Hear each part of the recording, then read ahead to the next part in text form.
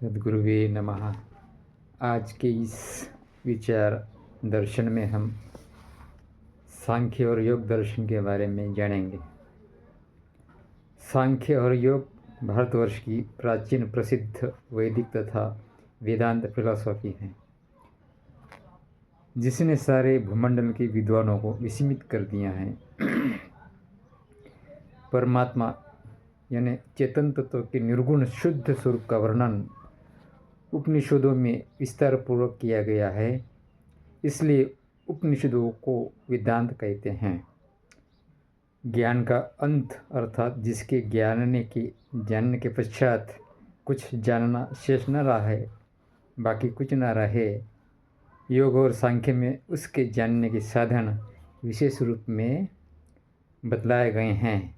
इसलिए सांख्य और योग ही प्राचीन वेदांत फिलॉसफी हैं। यथा श्वेताश्वतर उपनिषद में बताते हैं, संस्कृत श्लोक हैं,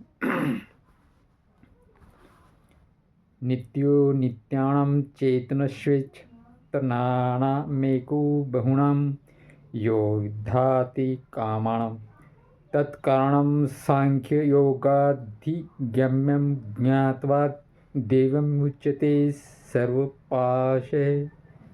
श्वेताश्वतर उपनिषद में इस प्रकार का आता है श्लोक। तो इसका मतलब ये होता है, नित्यों का नित्य, चेतनानामेको, चेतनाओं का चेतन जो अकेला ही, बहुनायो बहुतों की कामनाओं का पूरा करता है, विद्धाति कामान बहुतों की कामनाओं का पूरा करता है, तत्कारणम उस देव को जो सृष्टि आदि का निमित्त है, कारण है, तत्कारणम सांख्य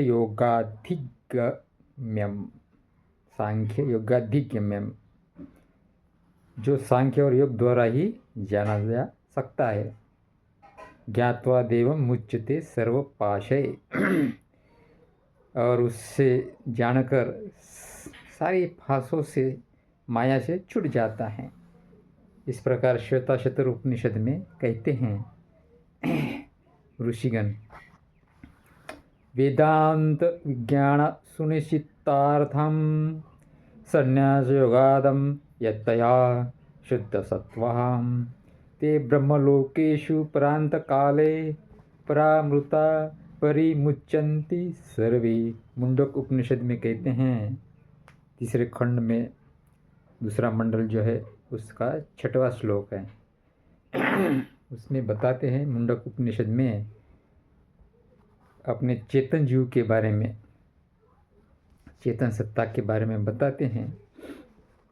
वेदांत के विज्ञान का उद्देश्य जिन्होंने ठीक ठीक निश्चय कर लिया है, वेदांत का विज्ञान का जो उद्देश्य है, जिन्होंने ठीक ठीक निश्चय कर लिया है, और जो यतिजन सांख्य और योग से शुद्ध अंतःकरण वाले हैं, वे लोग सबसे उत्तम अमृत को भोगते हुए मरने के समय ब्रह्मलोक में स्वतंत्र हो जाते हैं।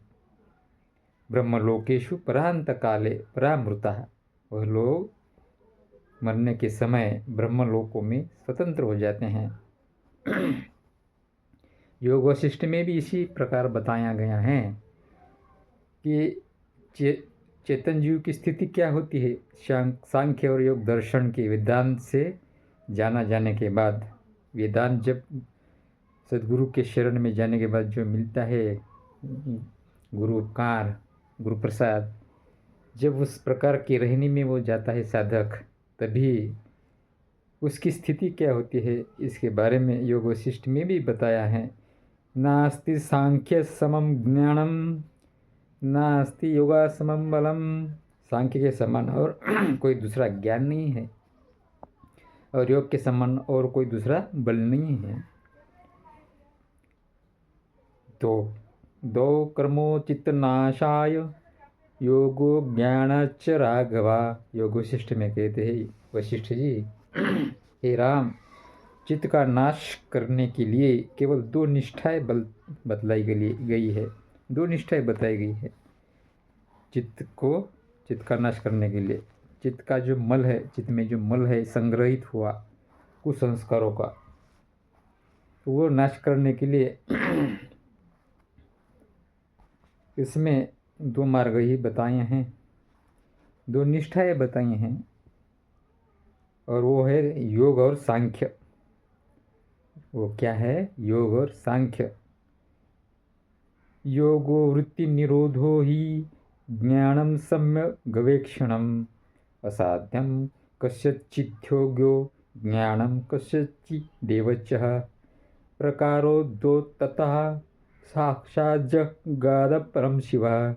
योग वशिष्ठ कहते हैं योग और सांख्य योग चित्त वृत्ति निरोध से प्राप्त किया जाता है। ये कैसे प्राप्त होता है? चित्त वृत्ति के निरोध से, सांख्य सम्यक ज्ञान से। किसी किसी के लिए योग कठिन होता है और किसी किसी को सांख्य, किसी को योग कठिन होता है और किसी को सांख्य कठिन होता है। इस कारण परम शिव ने योग और सांख्य दोनों ही मार्गों को बताया है। किसी को सांख्य कठिन लगता है, किसी को योग कठिन लगता है, इसलिए शिव जी ने दो प्रकार के निष्ठाएं बताई हैं उस प्रकार के ज्ञान प्राप्त करने के लिए। निष्ठाएं गीता में भी बताते हैं कृष्ण जी, लोकेस्मिनं द्विविधा निष्ठा पुरा प्रोक्ता मयानघ ज्ञानयोगेन सांख्यनः कर्मयोगेन योगिनाम। गीता के तीसरे अध्याय में तीसरा श्लोक है। भगवान कृष्ण जी कहते हैं इसमें भी, हे निष्पाप अर्जुन, इस मनुष्य लोक में मैंने पुरातन काल यानी कौन सा? कपिल मुनि और हिरण्यगर्भ रूप से जो निष्ठाएं बतलाई गई है, कपिल मुनि और जो हिरण्य हैं योग शास्त्र के अधिष्ठाता जो हैं प्रमुख हिरण्य स्वामी, उसने निष्ठाएं जो बतलाई है वही मैं आपको बता रहा हूँ। कपिल मुनि द्वारा बतलाई हुई सांख्य योग की निष्ठा ज्ञान योग से होती है और हिरण्यगर्भ रूप से बतलाई हुई योग की निष्ठा निष्काम कर्मयोग से और भक्ति योग से होती है। लोकेस्मिनं द्विविधा निष्ठा पुरा प्रोक्ता मयानघम ज्ञान योगेन सांख्यानाम कर्म योगेन योगिनाम। इस प्रकार गीता के तीसरे अध्याय में तीसरा श्लोक है। महाभारत में भी यही बताते हैं। महाभारत का जो व्यास जी हैं वो भी क्या बताते हैं? सांख्यस्य वक्ता कपिलः परमर्षि स उच्यते हिरण्यगर्भो योगस्य वक्ता नान्यो पुरातनः। इस प्रकार सांख्य के वक्ता परम ऋषि कपिल है और योग के वक्ता हिरण्यगर्भ हैं। इनसे पुरातन इनका वक्ता और कोई नहीं है। यद्यपि ये दोनों फिलॉसफी अलग अलग नाम से वर्णन की गई है, किंतु वास्तव में दोनों एक ही है। इस प्रकार गीता के 5वें अध्याय के 4था और 5वां जो श्लोक है उसमें ये भी सांख्य योग के बारे में बताते हैं। सांख्य योग और योग क्या है, सांख्य दर्शन और योग दर्शन के बारे में बताते हैं। गीता का 5वां अध्याय। सांख्य योग पृथुका बाला प्रवदन्तीनं पंडितः एकमप्यास्थितं सम्यग्युपयोवर्णिते फलं यथा सांख्ये प्राप्यते स्थानं तथ्यो गैरपि गम्यते एकं सांख्ये च योगे च यं यः पश्यति स पश्यति। सांख्य और योग की पृथक पृथक अविवेकी लोग ही जानते हैं, न कि पंडित लोग। पंडित लोग ये ज्ञान जानते नहीं सही। इन दोनों में से एक का भी ठीक अनुष्ठान कर लेने पर दोनों का फल मिल जाता है। एक का ही सांख्य योग का या योग का, सांख्य ज्ञान का या योग ज्ञान का अगर किसी भी साधक ने अनुष्ठान कर लिया तो उसका फल मिल जाता है, मुक्ति के मार्ग में चला जाता है। सांख्य योगी जिस शुद्ध परमात्मा स्वरूप का लाभ करते हैं, योगी भी उसको ही पाते हैं। जो सांख्य और योग का एक जानता है वही तत्ववेत्ता है, किंतु इन दोनों में सांख्य किंचित कठिन है। सांख्य शास्त्र जरा कठिन है। यथा गीता के 5वें अध्याय में 6वां श्लोक कहते हैं, अन्यामस्तु महाबाहो दुःखमाप्तुम योगोक्तः योगयुक्तो मुनिर्ब्रह्म न चिरेणाधिगच्छति। किंतु हे अर्जुन, बिना योग के सांख्य साधन रूप में कठिन है। बिना योग के सांख्य के लिए भी योग चाहिए। योग शास्त्र का ज्ञान साधन रूप में, बिना योग के सांख्य। योग से युक्त होकर मुनि शीघ्र ही ब्रह्म को प्राप्त कर लेते हैं। योग से युक्त जो साधक है शीघ्र ही ब्रह्मत्व में प्राप्त हो जाता है। जिस प्रकार सत्व, रजस और तमस, इन तीनों में से प्रत्येक गुण बिना अन्य दो की सहायता के अपना कोई भी कार्य स्वतंत्र रूप से प्रारंभ नहीं कर सकते, उसी प्रकार ज्ञान, कर्म और उपासना भी अपने अपने कार्य में परस्पर एक दूसरे के सहयोगी की अपेक्षा रखते हैं। सांख्य में ज्ञान प्रधान है तथा कर्म और उपासना गौण। यह योगनिष्ठ में कर्म और उपासना की प्रधानता है।